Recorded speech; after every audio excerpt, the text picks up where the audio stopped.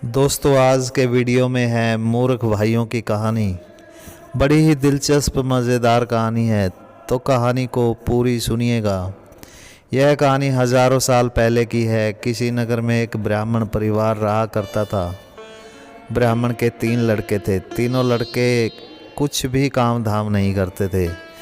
ब्राह्मण जो भी भिक्षा मांग कर लाता, उसी में ही परिवार का गुजारा चलता था।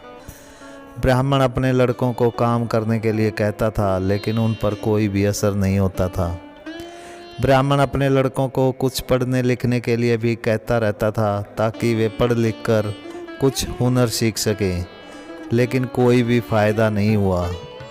एक दिन ब्राह्मण की मृत्यु हो गई। ब्राह्मण की मृत्यु के बाद घर में खाने के लाले भी पड़ गए।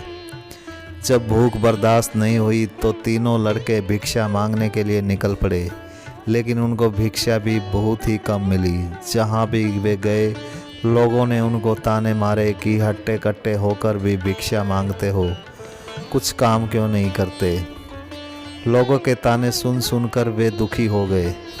तीनों में से सबसे बड़े भाई ने कहा, भाइयों, यहाँ पर रहकर तो गुजारा करना मुश्किल हो रहा है। कोई हमें भिक्षा देने के लिए भी तैयार नहीं है, और हमारे पास कोई ऐसा हुनर भी नहीं है जिसके द्वारा हम कोई काम धंधा मिल जाए। अगर हमने पिता का कहना मान लिया होता और कोई विद्या सीख ली होती, तो आज यह दिन देखने को नहीं मिलते। अब अपना गुजारा करने के लिए हमें कुछ ना कुछ तो करना ही पड़ेगा। दोस्तों, वीडियो को लाइक कर दीजिए, चैनल को सब्सक्राइब ज़रूर कर लीजिए। भगवान आपकी सभी मनोकामनाएं पूर्ण करेंगे।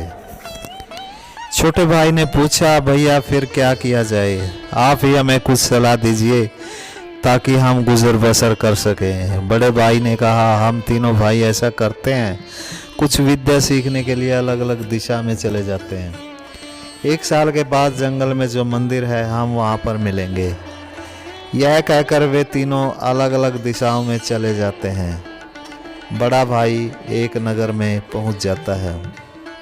वहां पर उसको एक सिद्ध महात्मा मिल जाता है। बड़ा भाई उसकी दिन रात सेवा करता है। आखिरकार वह सिद्ध महात्मा उसको अपना शिष्य बना लेता है तथा उसको एक विद्या सिखानी आरंभ कर देता है। मंझला भाई भी घूमते घूमते एक साधु के पास पहुंच गया। उसने भी साधु की सेवा शुरू कर दी। साधु ने उसको एक विद्या सिखा दी। सबसे छोटा भाई भी चलते चलते एक अघोरी के पास चला गया। अघोरी ने उसको अपना शिष्य बना लिया तथा उसको भी एक विद्या सिखा दी। 1 वर्ष बीतने के बाद तीनों भाई जंगल में मंदिर में आ गए।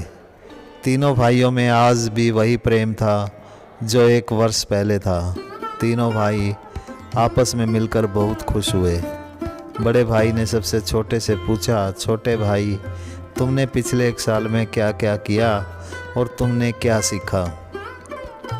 छोटे भाई ने बताया, भाई, अगर मुझे मरे हुए किसी जानवर की एक भी हड्डी मिल जाए तो अपनी विद्या से मैं उसके शरीर का पूरा ढांचा तैयार कर सकता हूँ।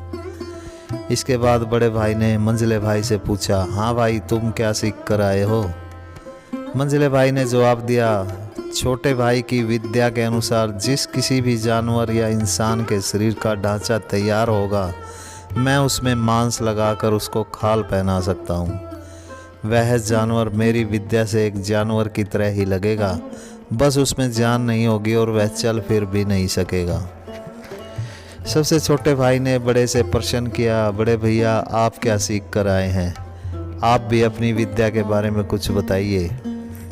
बड़े भाई ने जवाब दिया, मैं एक ऐसी विद्या सीख कर आया हूँ, तुम जिस भी जानवर को तैयार करोगे, मैं उसमें जान डाल सकता हूँ।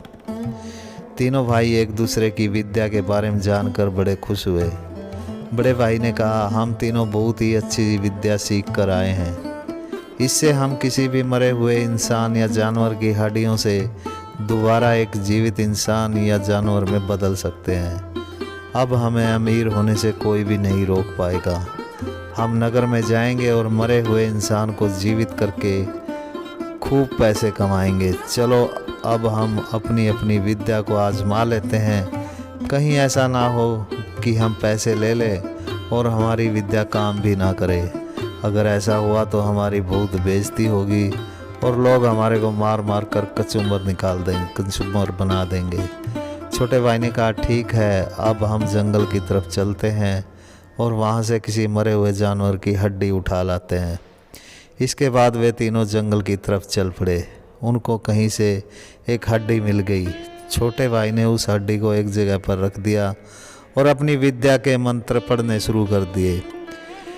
थोड़ी ही देर में वहाँ पर एक जानवर के शरीर का ढांचा तैयार हो गया। छोटे भाई ने मंझले भाई से कहा, भाई, मैंने जानवर की हड्डियों का ढांचा तैयार कर दिया है, अब तुम इसमें मांस डालकर इसको खाल पहना दो। मंझले भाई ने मंत्रों का उच्चारण शुरू कर दिया। थोड़ी ही देर में मंत्रों के असर से उस हड्डियों के ढांचे में मांस डल गया तथा खाल व बाल भी आ गए। वह जानवर बिल्कुल ऐसा लग रहा था जैसे बिल्कुल असली जानवर हो। दरअसल वह हड्डी एक मरे हुए शेर की थी। उन दोनों भाइयों ने एक शेर के शरीर को तैयार कर दिया था, बस उसमें जान नहीं थी। बड़े भाई ने कहा, तुम दोनों अपनी अपनी विद्या में माहिर हो चुके हो। मैं अपनी विद्या के बल पर इस जानवर के शरीर में जान डाल दूंगा। यह कहकर उसने अपने मंत्रों का उच्चारण करना शुरू कर दिया। थोड़ी ही देर में उस शेर के शरीर में जान आ गई। जीवित होते ही शेर ने देखा कि उसके सामने 3 मनुष्य खड़े हैं। उसने उन तीनों पर आक्रमण कर दिया और तीनों को मार कर खा गया। दोस्तों, इस कहानी से हमें यह शिक्षा मिलती है कि अच्छी विद्या प्राप्त करके भी मूर्खतापूर्ण कार्य करना हमेशा खतरनाक होता है। हमें अपनी विद्या का प्रयोग किसी अच्छे काम में करना चाहिए। किसी भी कार्य को करने से पहले उसके अंजाम के बारे में भी एक बार सोच विचार ज़रूर करना चाहिए। बड़े भाई को अच्छी तरह पता था कि वह एक शेर का शरीर है, लेकिन फिर भी उसने उसमें जान डाल दी, जिसका खामियाजा उनको अपनी जान देकर भुगतना पड़ा। दोस्तों, वीडियो को लाइक कर दीजिए, चैनल को सब्सक्राइब ज़रूर कर लीजिए। भगवान आपकी सभी मनोकामनाएं पूर्ण करेंगे। धन्यवाद।